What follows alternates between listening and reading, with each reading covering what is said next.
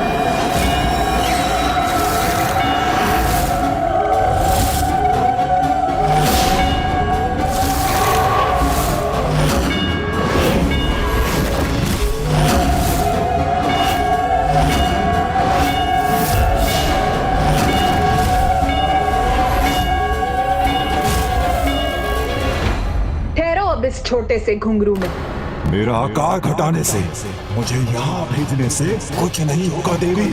सृष्टि का संकट नहीं टलने वाला।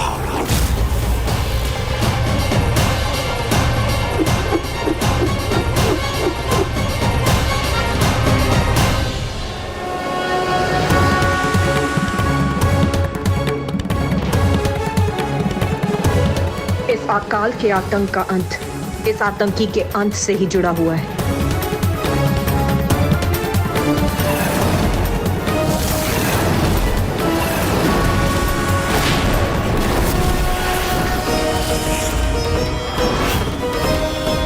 मैंने तुम्हारे और अपने अस्त्रों के प्रहार से सृष्टि को बचा लिया है, क्योंकि अब ये युद्ध मेरे कर्ण आभूषण के घुंघरू के भीतर ही होगा। किंतु मेरे फैलाए अकाल से संसार कैसे सुरक्षित होगा?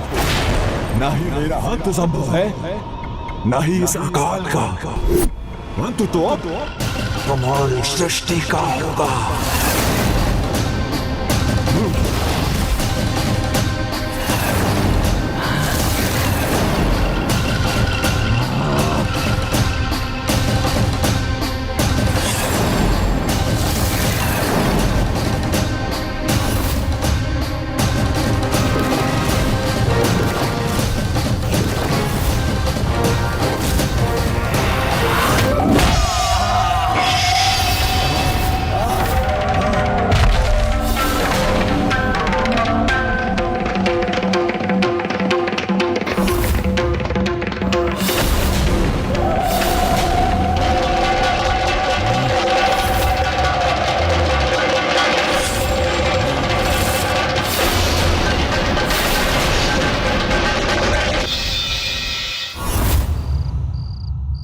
कदाचित यही केंद्र है इस अकाल का, क्योंकि यहाँ की भूमि पूर्ण रूप से सूखी पड़ी है।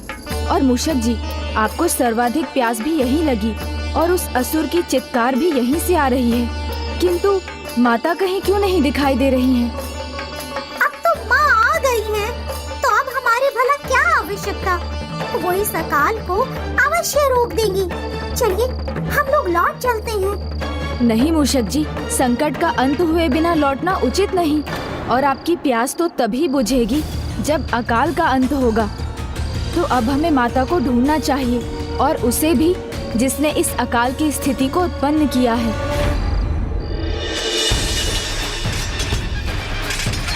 अस्त्रों के टकराने की ध्वनि तो आ रही है, किंतु कोई दिखाई क्यों नहीं दे रहा है? ऋषि पुलस्त्य? ऋषिवर गिरकर आहत हो जाएंगे। सर्वप्रथम मुझे उनकी रक्षा करनी चाहिए।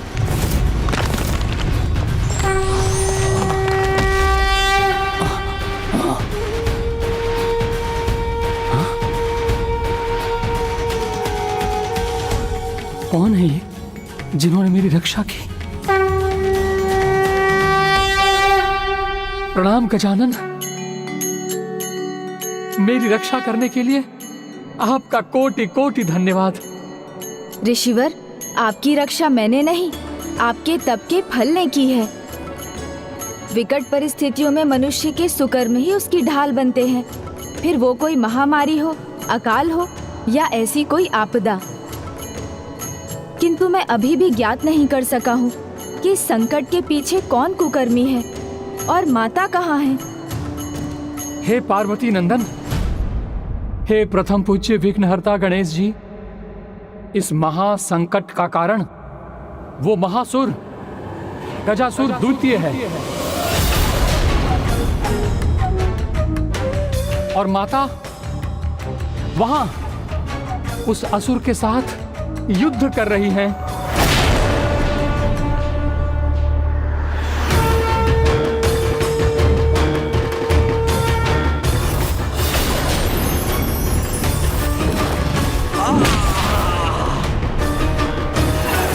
ओह, तो ये युद्ध माता के कर्ण आभूषण के टूटे घुंघरू के भीतर हो रहा है।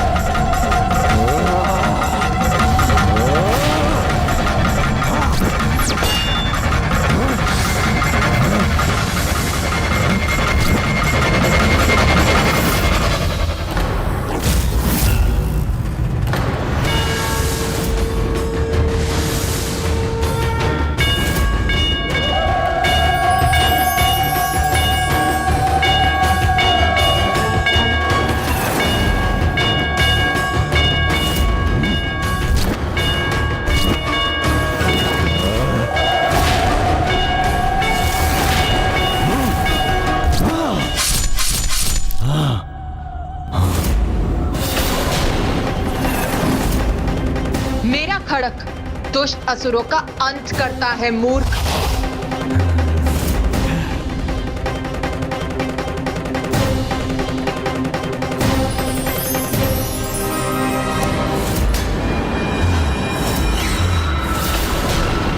न खड़क न कोई अन्य अस्त्र मेरा अंत कदापि नहीं होगा, किंतु मैं तुम्हें अवश्य आहत करूंगा देवी।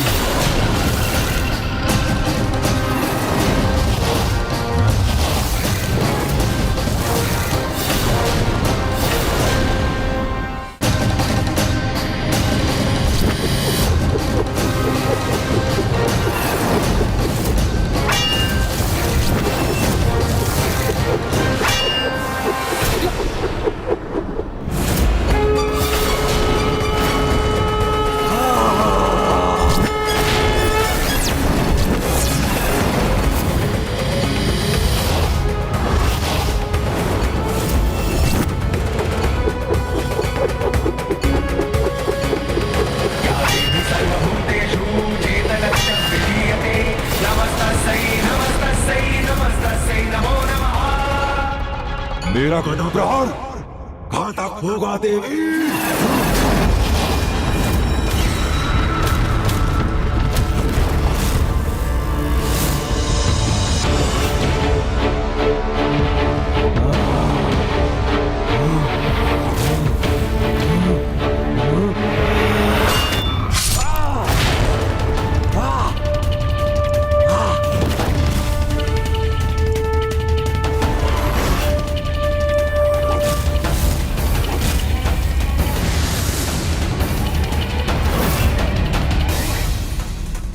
आश्चर्य, असुर गजासुर द्वितीय की शक्ति निरंतर बढ़ती जा रही है और माता के प्रहार व्यर्थ जा रहे हैं।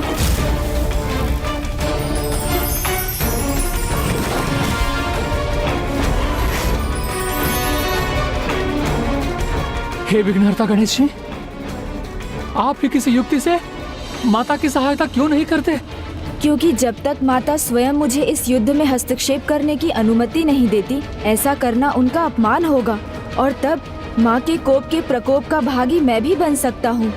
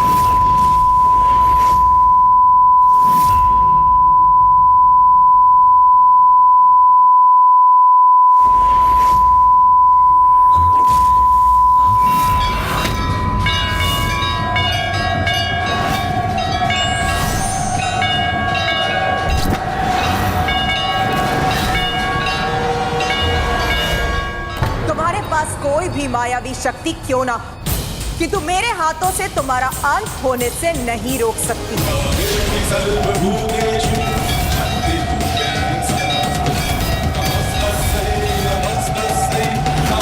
तुम्हारा अंत करूंगी तभी रुकूंगी मैं। संहार मेरा नहीं, सृष्टि का होगा, मेरे अकाल से।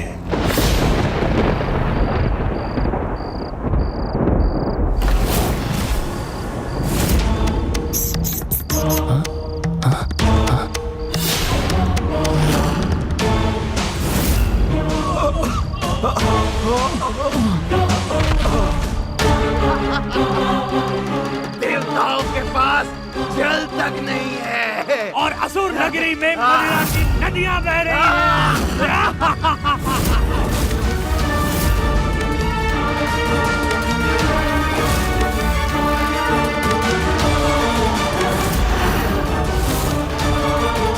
प्रकृति के साथ इस प्रकार की क्रीड़ा करने का दुस्साहस जिस किसी ने भी किया है, माता के क्रोध को जिसने भी जागृत किया है, उसे इसका दंड मिलने का समय अब आ गया है।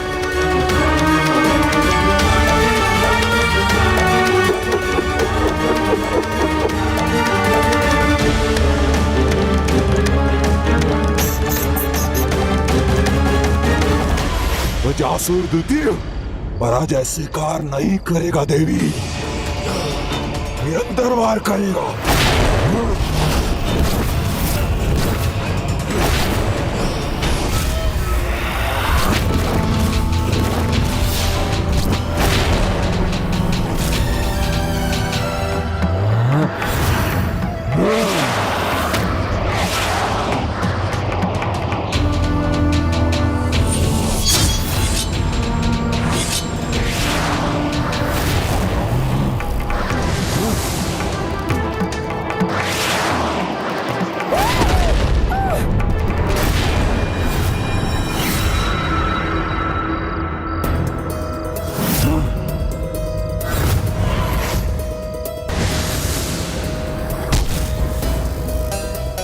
इस प्रकार तो ये युद्ध ऐसे ही चलता रहेगा। इसे निर्णायक मोड़ पर पहुंचाने के लिए, माँ की सहायता करने के लिए मुझे इसका भाग बनने का कोई उपाय ढूंढना ही होगा।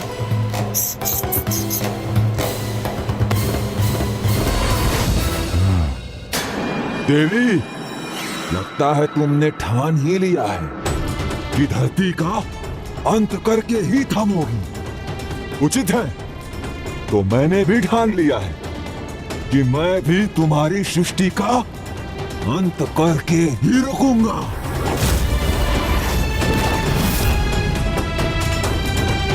क्या करूं मैं जिससे माँ मुझे अवसर दे, अपना सहायक बना ले।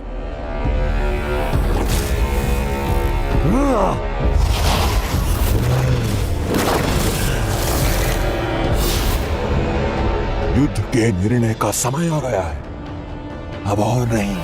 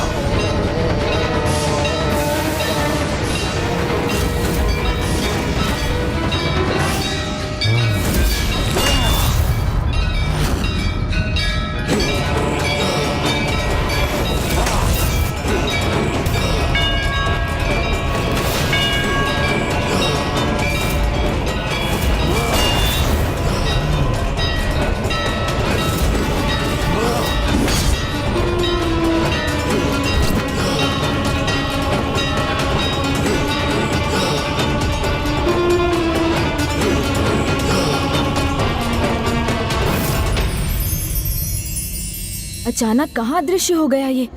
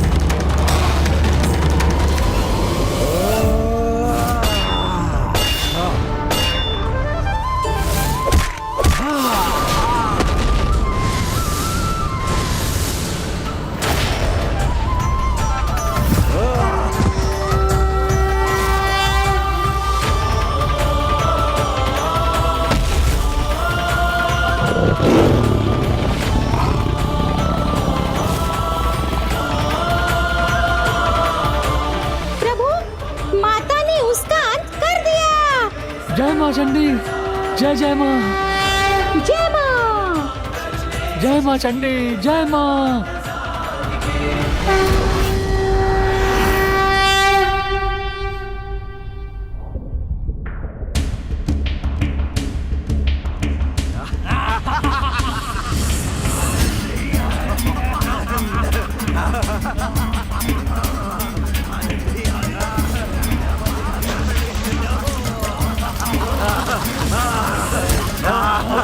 आनंद लो इस मदिरा का, इस उत्सव का, क्योंकि ये युद्ध तो आरंभ होने से पहले ही अंत हो गया। विजय हुई हमारी। असुर सम्राट भगवान सुरवरा की भगवान सुरवरा की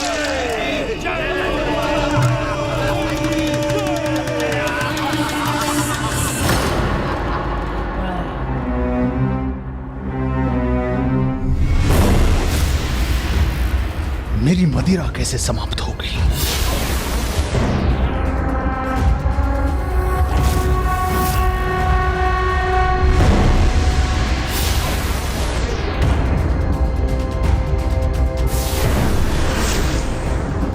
यहाँ सब कुछ सूखने क्यों लगा?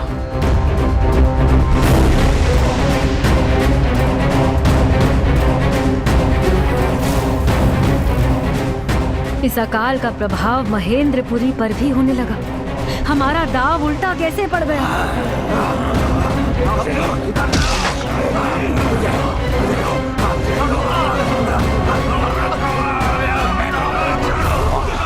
हमारी योजना का एक ऐसा प्रभाव है, ऐसा प्रतीत हो रहा है कि हमारा छोड़ा हुआ विषधर सांप हमें ही डसने लगा है। ये क्या हो रहा है? सत्य है, बुरे कर्म उस बाण के समान ही हैं। ये स्वयं पर ही लौटकर आघात प्रकट करते हैं। दूसरों के लिए विपत्तियों का कुआं खोदने वाले स्वयं उस कुएं में जा गिरते हैं। ये कैसी परिस्थिति बन गई है? धरती का रक्त सोखकर ये महेंद्रपुरी को मरुभूमि बना रहा। जल के अभाव में ये असुर एक दूसरे के रक्त के प्यासे हो गए। मां, शीघ्र कुछ कीजिए।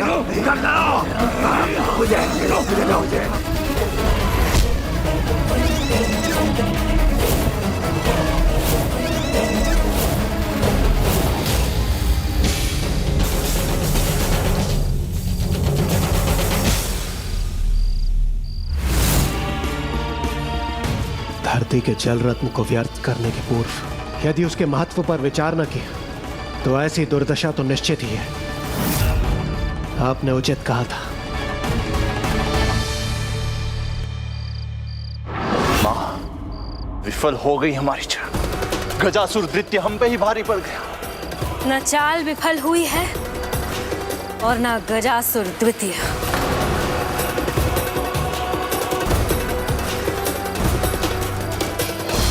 जय मां चंडी, जय मां। अभी नहीं, अभी संकट टला नहीं है। गजासुर द्वितीय का अंत नहीं हुआ है। देखिए, अभी अकाल समाप्त नहीं हुआ, अर्थात वो जो इस अकाल का कारण है अभी जीवित है।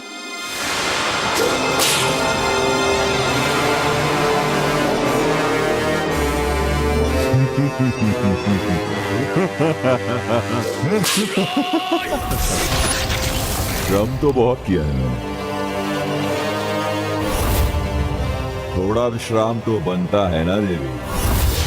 और कुछ क्षणों के लिए मैंने आंखें क्या मूंद ली, आपने तो मुझे मृत समझ लिया।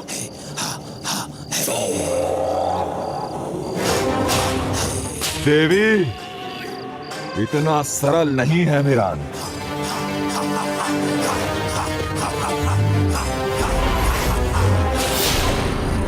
ताप नहीं, श्राप हूं मैं, सबका सर्वनाश हूं मैं।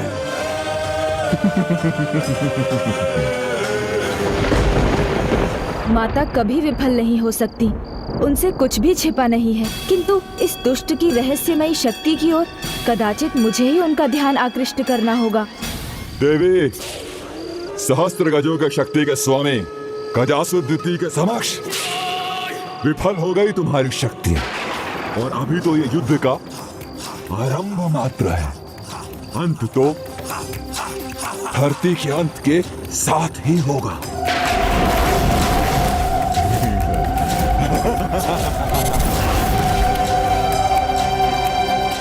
मूषक जी।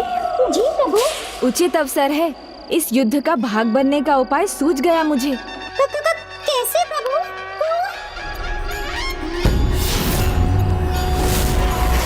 कोई भी युद्ध तभी सार्थक है जब उसमें जय और पराजय का निर्णय हो। युद्ध चलता रहे और कोई निर्णय ना हो तो ऐसे युद्ध का क्या लाभ? अच्छा गजमुख, उचित ही कहा तुमने। मैं इस देवी को विश्राम करने का पूर्ण अवसर दूंगा, इससे ये पुनः अपनी शक्ति एकत्रित कर सके और ये युद्ध अपने निर्णय की ओर बढ़ सके। विश्राम की आवश्यकता मुझे नहीं, तुम्हें है मूर्ख। नहीं, विश्राम की आवश्यकता नहीं है मुझे। मैं युद्ध के लिए तैयार हूँ। तो फिर आओ, मेरा वार स्वीकार करो।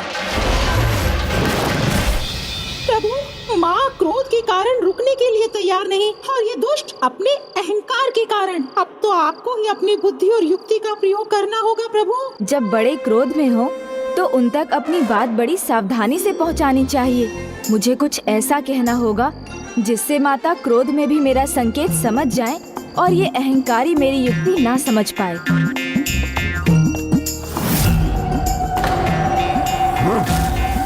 वीर और सच्चा योद्धा वही होता है जो अपने शत्रु को अपनी शक्ति एकत्र करने के लिए विश्राम का भी अवसर देता है, और ऐसा वो ही योद्धा कर सकता है जिसे अपने बल और तप पर पूर्ण विश्वास हो, और इस अवस्था में वो वार नहीं करता, अपितु अपने विरोधी योद्धा का युद्ध भूमि में पूर्ण शक्ति के साथ आने की प्रतीक्षा करता है। तभी योद्धा को अपनी जय का वास्तविक आनंद आता है। मैं तुम्हारा संकेत समझ गई पुत्र गणेश। यदि इस युद्ध विराम से तुम्हारा उद्देश्य पूर्ण होता है तो यही से। सत्य है, मेरी शक्ति का वास्तविक प्रयोग उसकी परीक्षा तभी होगी जब मैं इस देवी को इसकी पूर्ण शक्ति के साथ पराजित करूंगा। सोमनंदी जी,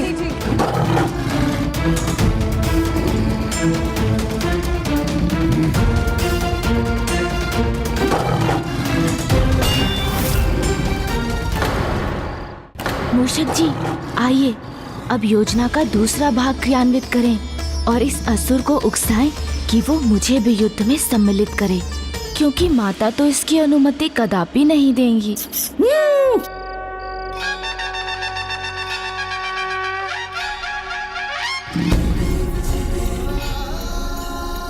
ये कचमुख बालक मेरी ओर क्यों बढ़ता चला आ रहा है? मूषक जी, आप बस चुपचाप खड़े रहिएगा, कुछ बोलिएगा नहीं। क्या हुआ? तुम्हारी दृष्टि मुझ पर क्यों टिकी है? तुम तो परिचित लग रहे हो। ओहो, समझा, तुम तो गजासुर के पुत्र हो, वही असुर जो अपने आप को महासुर मानता था, किंतु मेरे पिताश्री के कारण मृत्यु को प्राप्त हुआ। बस, शिवपुत्र हो गए तुम, किंतु मुझसे नहीं बच सकोगे।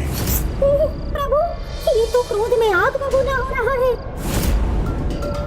हाँ मूषक जी, यही तो चाहिए। बड़ी भयंकर मृत्यु हुई थी उनकी। मेरे पिताश्री के परम भक्त नंदी जी ने उधर चीर दिया था उनका। मेरा प्रतिशोध तो उससे भी भयंकर होगा। धरती का वक्ष चीर कर उसका संपूर्ण रक्त सोख लेगी मेरी शक्ति, और उसके बाद मैं तुम सबका अंत करूंगा। प्रभु, इसके बढ़ते क्रोध से तो मेरी प्यास और भी बढ़ रही है।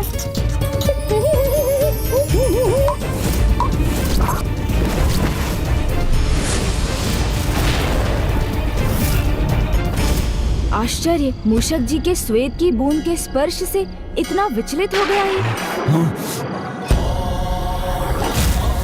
तुम्हारा ये स्वप्न कभी पूरा नहीं हो पाएगा गजासुर द्वितीय, किंतु तुम हो तो भाग्यशाली जो अभी तक जीवित हो, क्योंकि माता का हृदय तो माता का ही होता है। वो तो अपने शत्रु को भी अनेक अवसर देती हैं, उन पर दया करती हैं। किंतु यदि मैं तुम्हारे साथ युद्ध कर रहा होता तो अब तक तुम काल के गाल में समा गए होते। अच्छा, इतना विश्वास है स्वयं पर, तो तुम भी मुझसे क्यों नहीं युद्ध कर लेते? हाँ हाँ, क्यों नहीं, अवश्य करता युद्ध, किंतु बस माता की अनुमति चाहिए, क्योंकि आप अकेले हम दो से युद्ध करें और हम आप पर भारी पड़ जाएं, ये तो उचित नहीं होगा ना। हाँ, मेरी भुजाएं भी युद्ध के लिए भड़बड़ा रही हैं। अब और विश्राम नहीं, मैं तुम दोनों माता और पुत्र को एक साथ युद्ध के लिए चुनौती देता हूँ। देवी, दे दो अपने पुत्र को अनुमति, मैं भी तो देखूं। ये केवल बातें करता है या युद्ध भी? मूर्ख असुर, तेरे लिए तो मैं अकेली ही पर्याप्त हूं।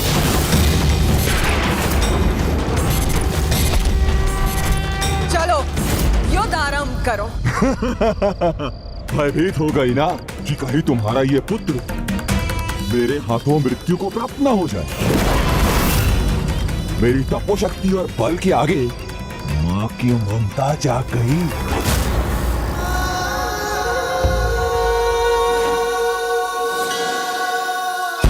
कदाचित तुम्हारी यही इच्छा कि तुम्हारा अंत हम दोनों के हाथों से हो, तो उचित यही होगा।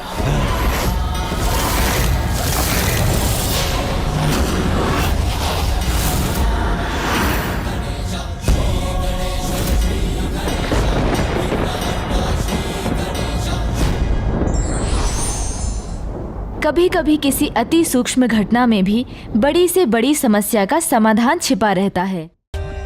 For more updates, subscribe to our channel, click the show links and enjoy watching the videos.